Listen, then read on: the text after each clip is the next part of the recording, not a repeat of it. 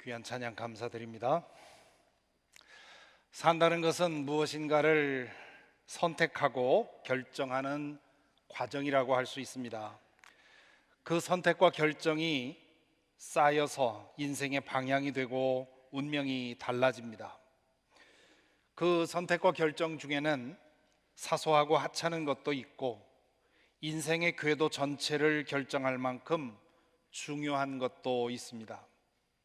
어떤 것은 인생이 술술 풀려나가는 전환점이 되기도 하고요, 또 어떤 것은 갈수록 꼬이게 만드는 계기가 되기도 합니다. 잠시 여러분이 그동안 살아온 인생을 돌아보시기 바랍니다. 여러분이 그동안 선택하고 결정한 것 중에 가장 중요한 것은 무엇이었나요? 그 선택 이후에 여러분의 인생이 술술 풀려왔는지요? 아니면 그로 인해서 인생이 꼬이고 꼬여 지금에 이르렀는지요? 오늘 우리는 아브라함의 조카 롯의 이야기를 읽었습니다. 롯은 창세기에 등장하는 조역 중에 한 사람이지요. 성경은 롯의 아버지 하란이 우르에서 죽었다고 기록합니다. 어머니도 같이 죽었는지 아니면 하란이 죽고 재가를 하느라고 롯을 시댁에 남겨놨는지는 알 수가 없습니다. 또한 롯이 몇 살 때 부모를 잃었는지도 알 수는 없습니다. 어쨌든 그는 어릴 적에 삼촌 아브람 부부의 돌봄을 받고 자란 것 같습니다.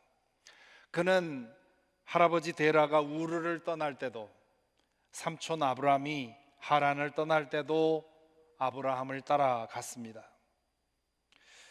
지난주 보았습니다마는 네겝에 정착했던 아브라함은 오래 지속된 가뭄 때문에 이집트로 갔다가는 큰 아픔을 겪고 추방이 되지요.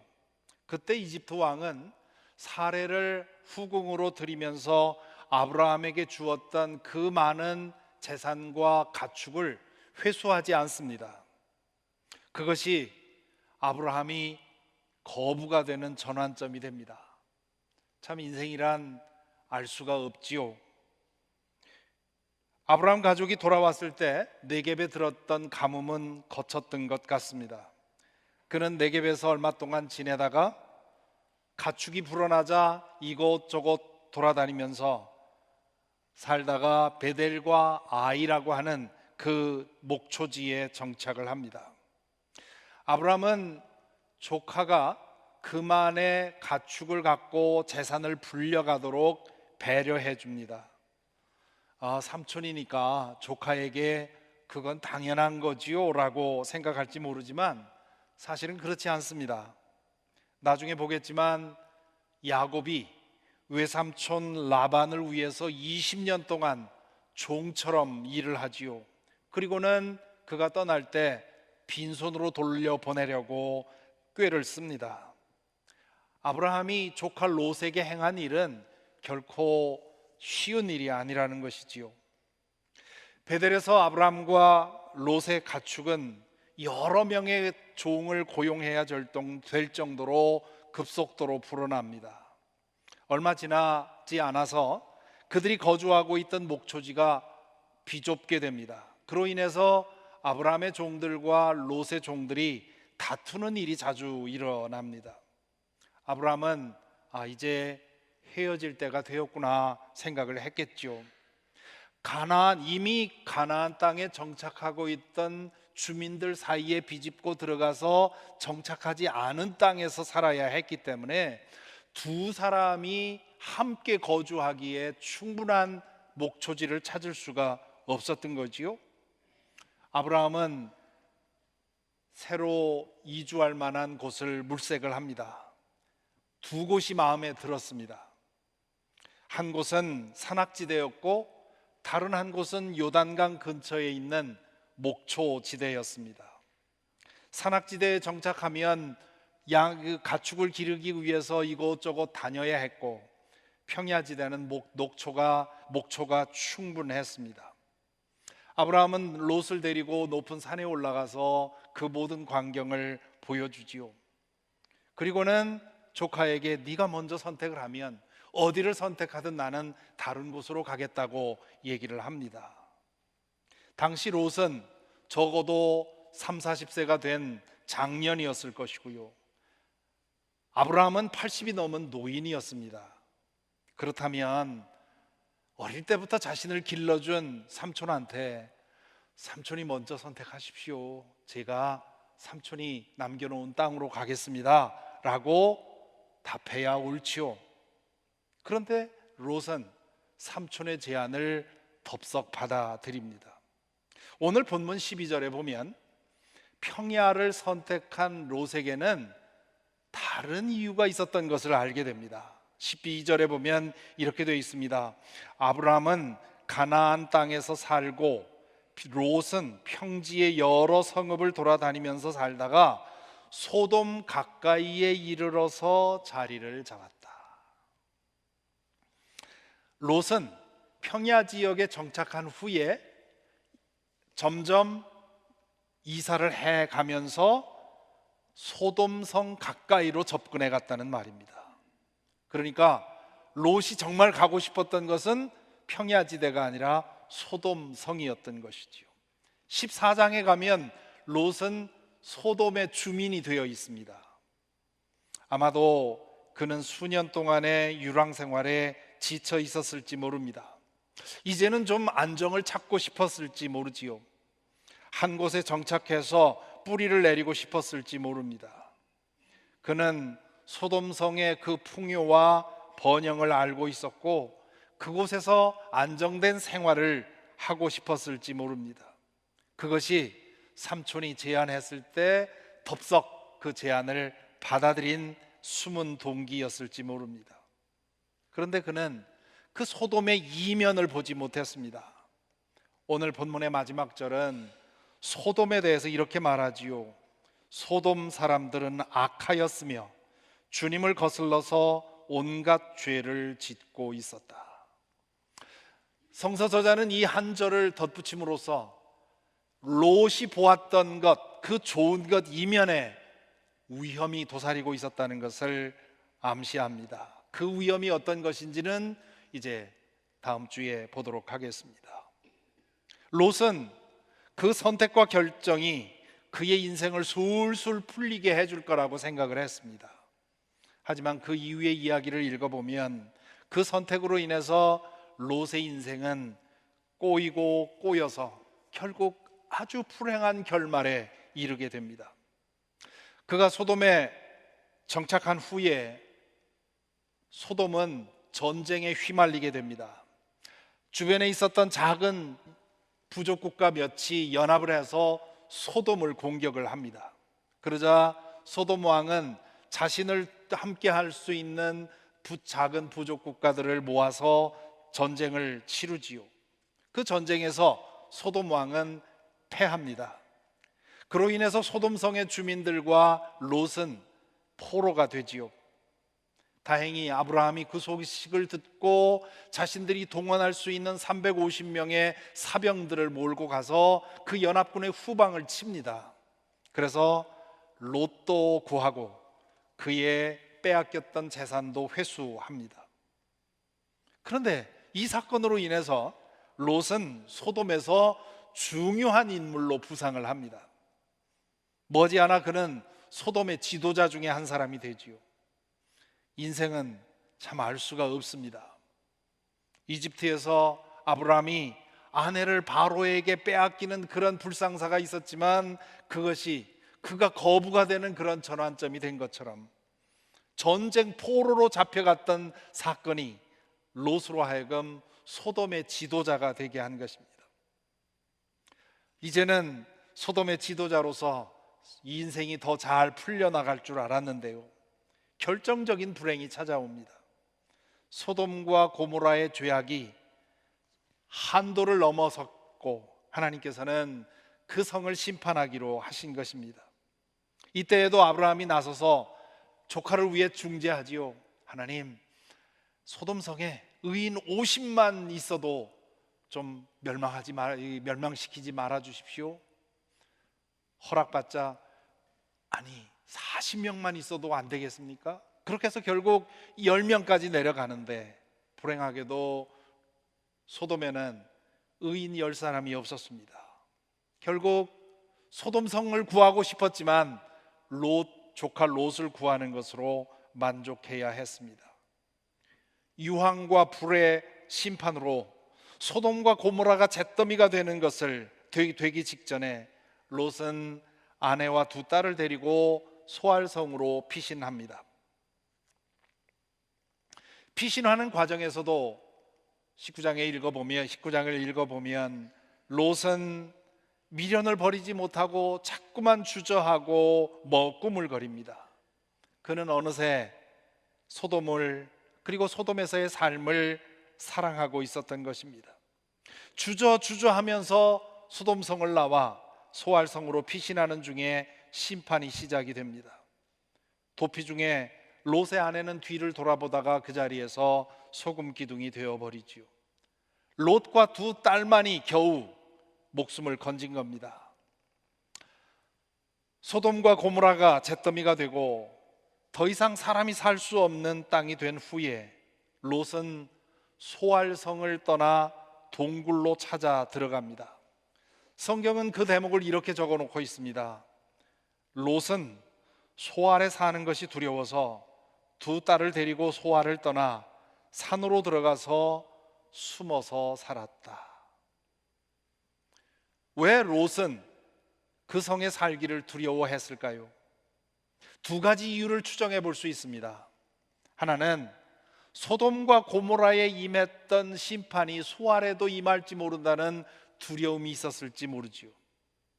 다른 하나는, 저는 이게 더 중요한 이유라고 생각을 하는데, 소돔과 고모라의 심판 광경을 직접 목도하지 않았습니까? 그로 인해서 아마 요즘 말로 하자면 PTSD, Post Traumatic Stress Disorder라고 하는, 외상후 스트레스 장애라고 하는 그런 일을 겪지 않았을까 싶습니다.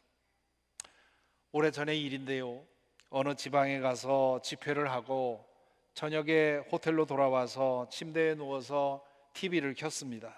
그랬더니 마침 재난 영화가 상영이 되고 있었습니다.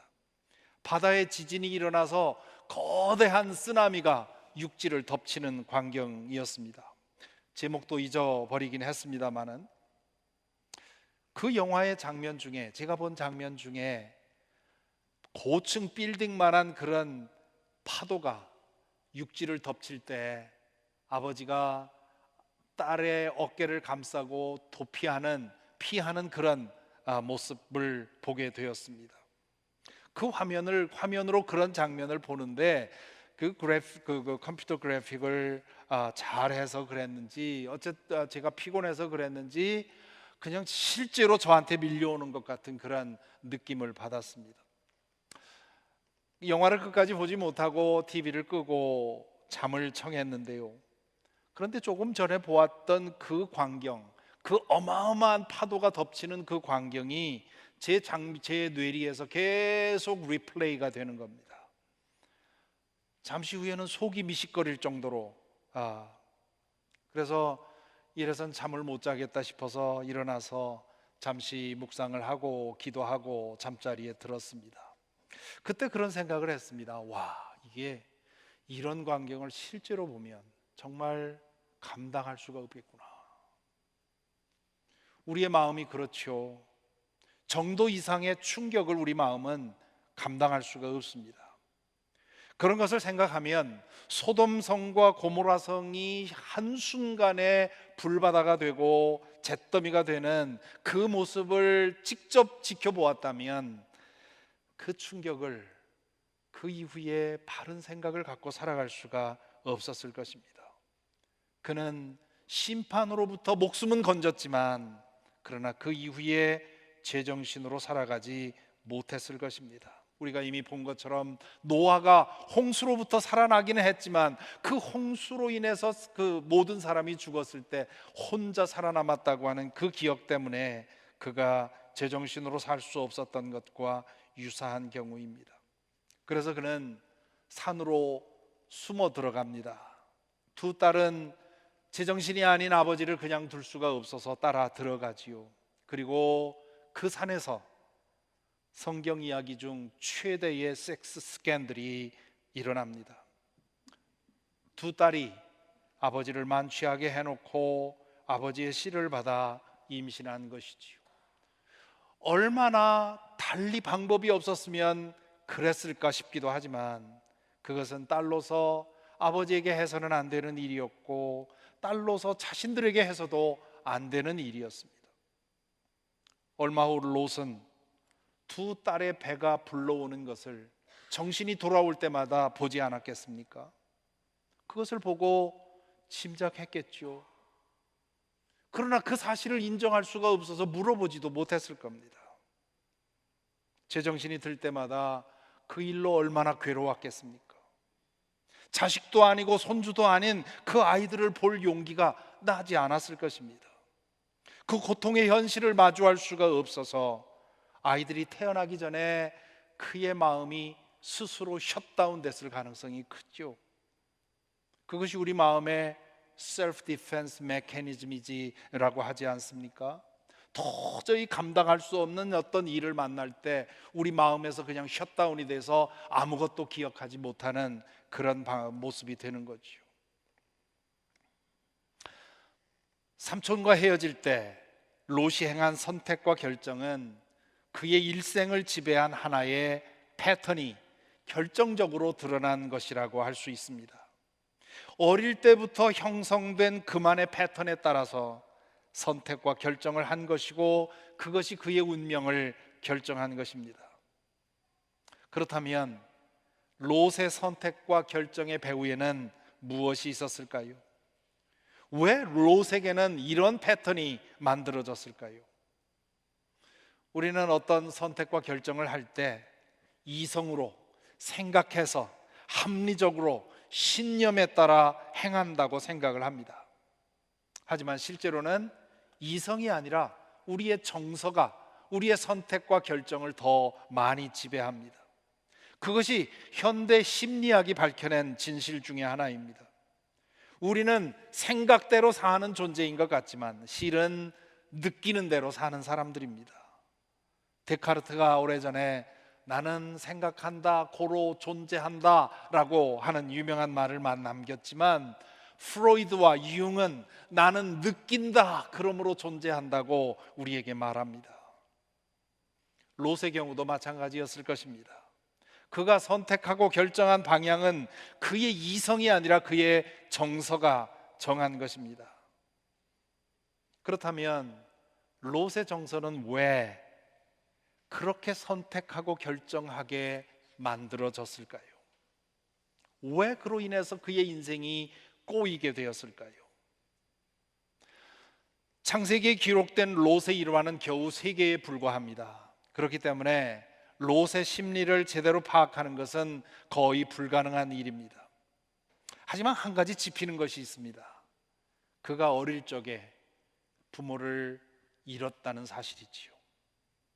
어릴 적에 부모를 잃고 홀로 자라는 것은 한 사람의 내면과 그 사람의 인생 패턴을 결정하는 가장 중요한 일 중에 하나입니다. 그런 상황에서 자란 경우에 예외 없이 만들어지는 문제가 강한 결핍감입니다. 인간은 누구나 내면의 결핍감을 가지고 태어나게 되어 있습니다. 피조물로서 창조주 하나님과의 관계 안에 살아가야 할 인간이 아담과 하와로부터 하와의 죄로 인해서 하나님으로부터 분리가 되었습니다. 그렇기 때문에 우리 내면에는 누구나 영적인 결핍감을 가지고 살아갑니다. 인간은 누구나 태어날 때부터 존재론적으로 불안감을 가지고 살게 되어 있습니다.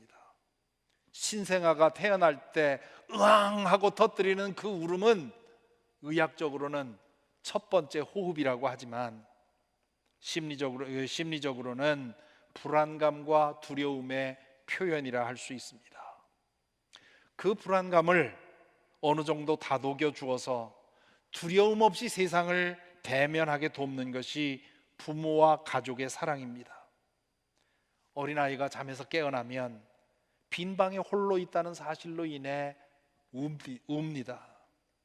그럴 때마다 부모가 달려와서 다독여 주지요. 그러면 울음을 그칩니다. 이제 안심해도 된다고 느끼는 거지요.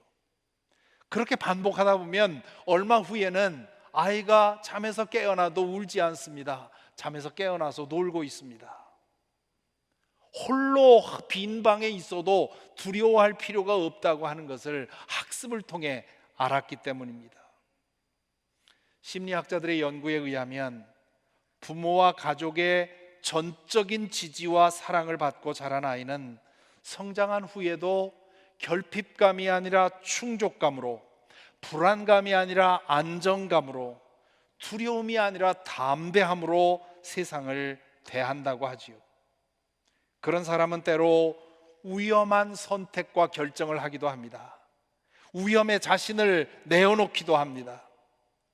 내 안에 그렇게 할 수 있는 충분한 안정감과 확신이 있기 때문에 자신을 열고 위험한 일에 자신을 내어주는 거지요. 반면에 그런 지지와 사랑을 받지 못한 사람은 결핍감과 불안감과 두려움으로 세상을 대합니다. 자기 중심적이고 자기 방어적으로 선택하고 결정하는 패턴이 만들어집니다. 그런 사람은 위험에 자신을 내어놓지 못합니다. 작은 위험이라도 감지되면 마음을 닫고 움츠러들고 뒷걸음질 칩니다. 부모 없이 자란다고 해서 모두가 결핍감과 불안감과 두려움을 가지고 사는 것은 아닙니다. 반면에 부모와 함께 살아온 사람도 얼마든지 그런 것으로 시달릴 수 있습니다. 부모 없이 자란 사람들 중에도 든든한 안정감으로 세상을 향해 자신을 열고 품는 사람이 있습니다. 다만 그렇지 않을 가능성이 더 많지요. 롯처럼 어릴 적부터 할아버지와 삼촌 부부의 따뜻한 배려와 돌봄 가운데 살아도 부모의 빈자리를 온전히 메울 수는 없는 겁니다. 롯이 행한 선택과 결정을 보면 자기중심적이고 자기 방어적인 패턴이 뚜렷하게 보입니다. 그가 삼촌의 제안을 받았을 때 덥석 받은 것도 그렇고요, 목초지를 선택했다가 소돔성을 향해 야금야금 접근해 간 것도 그렇고요, 심판이 임박했다는 말을 듣고 주저하며 미적거린 이유도 그렇고요, 저 산으로 피하라고 했을 때 가까운 소알성으로 가게 해달라고 간청한 것도 그렇습니다. 그런 행동 패턴은 그가 결핍감과 불안감 그리고 두려움의 지배를 받고 있었다고 하는 증거입니다. 그는 풍요로운 도시에 안정을 취함으로써 결핍감과 불안감을 해결하려 했는지 모릅니다. 그로서는 잘 되기 위해서 그렇게 한 건데 결국 그것이 그의 인생을 파국으로 몰고 갔습니다. 여러분 중에는 롯처럼 결핍감을 가지고 성장한 분들이 계실지 모르겠습니다. 부모님을 일찍 잃었기 때문에 그랬을 수도 있고요, 부모님과 함께 자라긴 했지만 엮이는 가정에서 여러 가지 상처를 받으면서 그럴 수도 있습니다. 자라면서 결핍감을 다독이고 채워줄 만한 사람을 만나지 못했기 때문에 그럴 수도 있습니다. 혹은 일찍이 감당하기 힘든 상처나 상실을 경험했기 때문에 그럴 수도 있습니다. 그럴 경우 하나님과 분리됨으로 인해서 인간이면 누구나 가지고 태어나는 이 존재론적인 불안감이 증폭되는 겁니다. 그 결핍감과 불안감을 잘 다루지 못하면 세상은 자신을 환영한다고 생각하지 못하는 것이고, 세상이 자신을 해치려 한다고 생각하게 되고요, 자신의 힘으로 자신을 보호하지 않으면 아무도 나를 보호해 줄 수 없다고 생각하게 됩니다. 그 패턴은 자신을 불행하게 하고 주변에 있는 사랑하는 사람들을 괴롭게 합니다. 그리고 그 상처는 때로 자손들에게 대물림됩니다. 한번 상상해 보십시오. 롯의 딸들이 아버지를 통해서 얻은 그 아이들이 자라면서 얼마나 여러 세대 그 상처가 대물림 됐겠습니까? 물론 심한 결핍감과 불안감을 품어 안고서도 그런 대로 잘 사는 사람들도 있습니다. 하지만 그런 경향으로 인해 인생이 꼬이는 경우가 더 많지요. 사소한 문제라 해도 잘못된 선택이 누적되면 인생은 서서히 나락으로 빠져들어갑니다. 중대한 전환점에서 중요한 일을 잘못 선택하면 그로 인해서 인생은 한없는 나락으로 떨어지게 되지요. 지금 이 말씀을 듣는 여러분들 혹은 영상으로 듣는 분들 가운데 최종적인 파국, 롯처럼 최종적으로 파국에 이른 사람은 아무도 없을 것입니다. 그런 상황에 이르면 누구의 말을 들으려고 하지 않죠. 하지만 서서히 파국을 향해 걸어가고 있는 분들이 계실지는 모르겠습니다.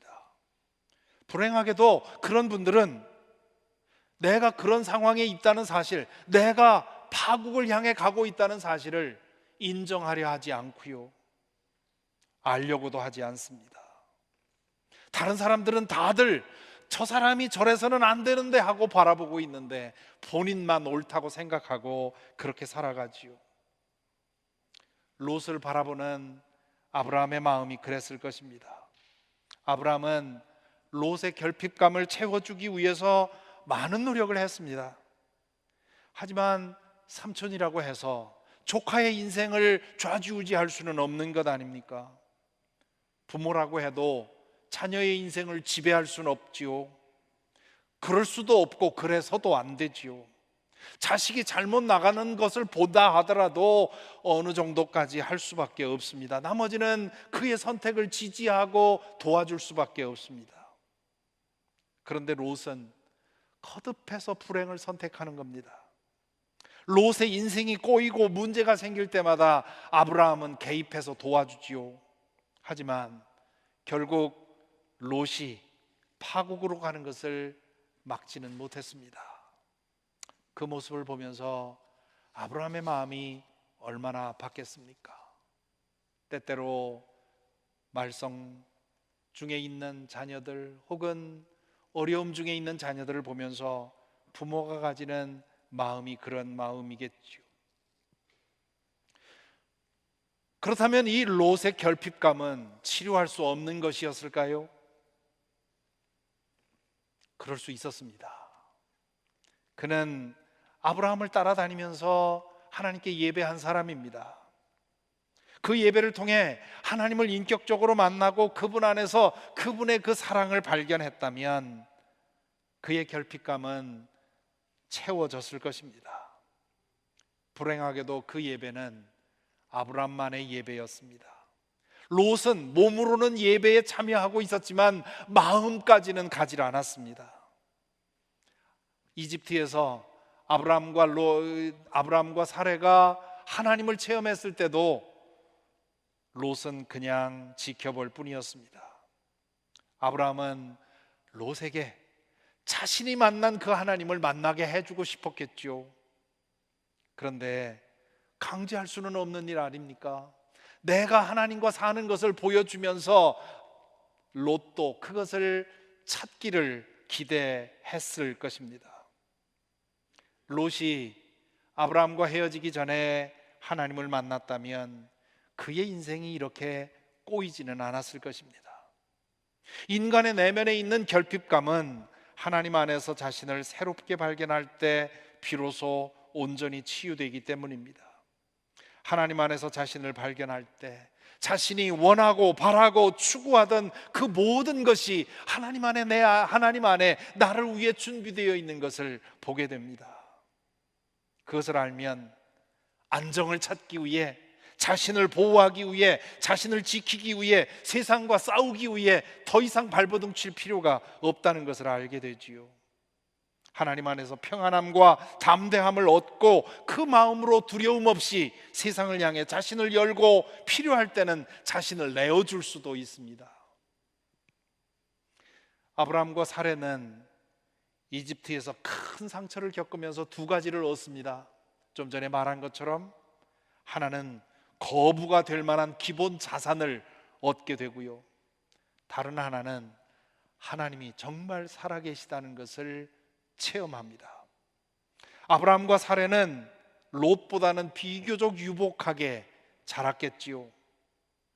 그렇지만 그들도 때로 결핍감에, 때로 불안감에, 때로 두려움에 사로잡히곤 했을 것입니다. 그럴 때마다 그들도 잘못된 선택을 했습니다. 이집트에 가서 사례를 누이라고 누이라고 속여서 아내로 하여금 바로에게 능욕당하는 그런 잘못을 하지 않았습니까? 그런 그들이 이집트에서 하나님께서 자신들을 보고 계시고 역사하고 계시다는 사실을 경험하고는 이 충족감과 안정감과 담대함에서 도약을 하게 되지요. 물론 하나님을 체험했다고 해서 한순간에 믿음이 완전해지는 것은 아닙니다. 믿음이라는 것은 하나님과의 관계입니다. 관계라는 것은 두 사람 사이의 관계, 이루어지는 일이기 때문에 두 사람이 어떻게 하느냐에 따라서 달라질 수 있습니다. 부부의 관계가 항상 똑같지 않고 늘 업앤다운을 겪는 것처럼 하나님과의 우리의 관계도 마찬가지입니다. 더군다나 우리가 믿는 하나님은 보이지 않는 분입니다. 그분과 관계 맺고 살아가는 우리의 신앙이기에 믿음이 강해지기도 하고 약해지기도 하는 겁니다. 믿음이 강해지면 우리 안에 있는 결핍감과 불안감과 두려움은 고개를 숙입니다. 그러면 우리는 든든한 안정감에서 두려움 없이 바른 선택을 하며 살아갈 수 있지요. 하지만 때로 우리의 믿음이 약해져서 우리 안에 있는 결핍감과 두려움과 불안감이 고개를 들면 우리도 잘못된 선택을 하게 됩니다. 아브라함이 이집트에서 행한 비슷한 일을 얼마 후에 또 한 번 범하게 되지요. 왜 그랬겠습니까? 그때 그의 믿음이 연약해져서 문득 다가온 일 앞에서 다시금 그의 내면에 있었던 결핍감과 불안감과 두려움이 고개를 들고 그를 잘못 행하게 만든 것이지요. 그렇지만 하나님을 체험한 사람들도 실수할 수 있지만, 잘못 선택할 수 있지만, 다른 건 뭐냐 하면 그 잘못된 선택이 인생을 계속해서 꼬여가게 내버려 두지 않게 된다는 것입니다. 혹시 여러분 중에 나는 괜찮은데, 나는 충족감과 안정감과 담대함으로 살아왔는데 라고 생각하는 분이 계신가요? 배배 꼬인 인생을 살면서 그렇게 생각한다면 참 안타까운 일입니다. 하지만 실제로 유복한 가정에서 자라고, 그래서 별 두려움 없이 안정감 속에서 자신 있게 세상을 살아온 분들도 적지 않습니다. 진실로 그렇게 살아오셨다면 하나님께 깊이 감사하시기 바랍니다. 누구나 그런 복을 누리는 것이 아니기 때문입니다.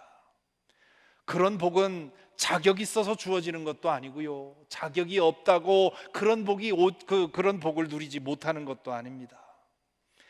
깨어진 세상에서 상처받은 인간들이 서로 함께 살다 보니 누구는 그런 복을 누리고 누구는 그런 복을 누리지 못합니다.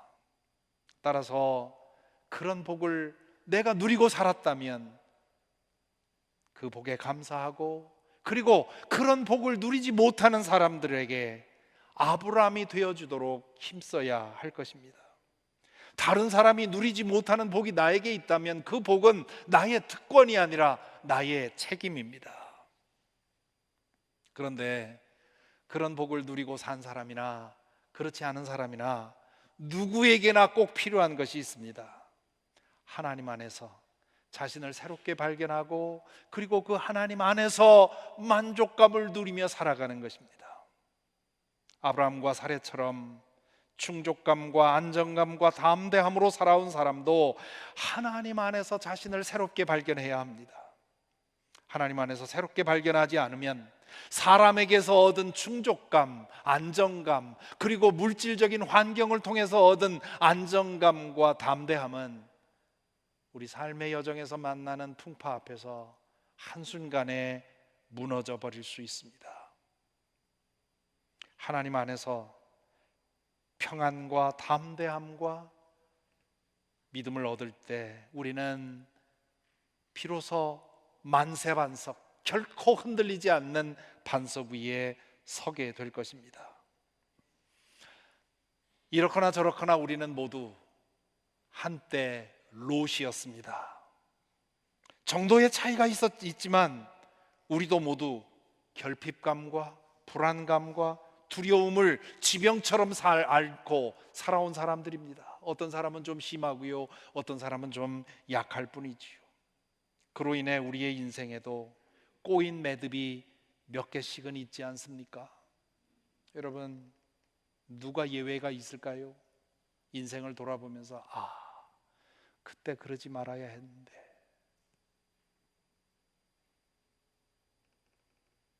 하지만 감사하게도 하나님께서 우리를 만나주시고 그분 안에서 충족감과 안정감과 담대함을 얻게 하시고, 그리고 그분 안에서 바른 판단과 선택을 하며 살아올 수 있도록 은혜를 주셨습니다. 그렇게 우리는 더욱 그분을 찾아야 합니다. 그분과의 깊은 사귐에 들어가기를 더욱 힘써야 합니다.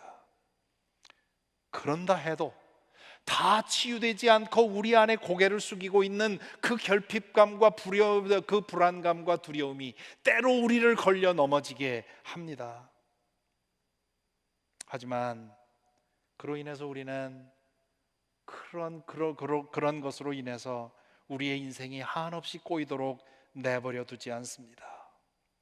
그리고 우리는 하나님으로부터 얻은 그 충족감과 안정감과 그 담대함으로 우리 곁에 있는 롯과 같은 사람들을 그들에게 아브라함이 되어줄 수 있습니다. 부디 하나님을 인격적으로 만나고 그분 안에서 자신을 새롭게 발견해서 웬만한 풍파에는 흔들리지 않는 내적 충족감과 안정감과 담대함을 얻고 그 힘으로 결핍감에 짓눌린 우리 주변의 많은 이웃들, 그들에게 롯이 되어주는, 그들에게 롯이 되어준다고 해서 그들의 인생을 책임지는 것이 아닙니다. 아브라함도 끝까지 책임지지는 못했습니다. 그건 하나님과 그 사람 사이에서 일어날 일입니다. 우리로서는 다만 우리에게 기회 주어진 만큼 아브라함이 되어주는 것이 필요하지요. 그런 은혜가 저와 여러분을 통해서 이 세상으로 흘러나가게 되기를 간절히 기도합니다. 기도하겠습니다.